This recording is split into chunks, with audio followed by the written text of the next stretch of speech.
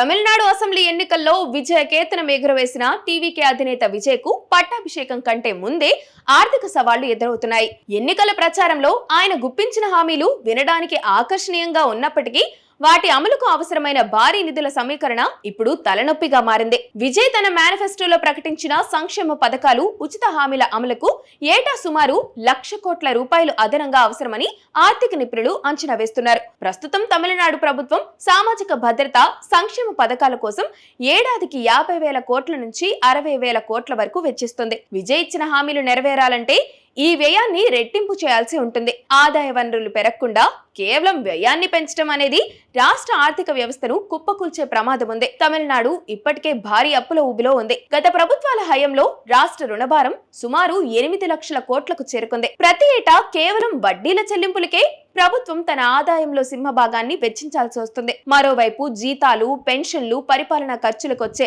ఆదాయం సరిపోతుండటంతో కొత్తగా 1,00,000 కోట్ల రూపాయల నిధులను ఎక్కడి నుంచి తెస్తారనేది చర్చనీయాంశంగా మారింది. ఇప్పటికే ద్రవ్యలోటు గరిష్ట స్థాయికి చేరిన తరుణంలో అదనపు అప్పులు తెచ్చేందుకు కేంద్రం, రిజర్వ్ బ్యాంక్ నిబంధనలు కూడా అడ్డంకిగా మారవచ్చు. మద్యపాన నిషేధం వంటి హామీలను అమలు చేస్తే రాష్ట్రానికి వచ్చే ప్రధాన ఆదాయ మార్గం కూడా మూసుకుపోతుంది. మౌలిక సదుపాయాల కల్పన, పారిశ్రామిక అభివృద్ధి ద్వారా కొత్త ఆదాయాన్ని సృష్టించడం విజయ్ ముందున్న ఏకైక మార్గం. అయితే పారిశ్రామిక ఫలితాలు రావడానికి సమయం పడుతుంది.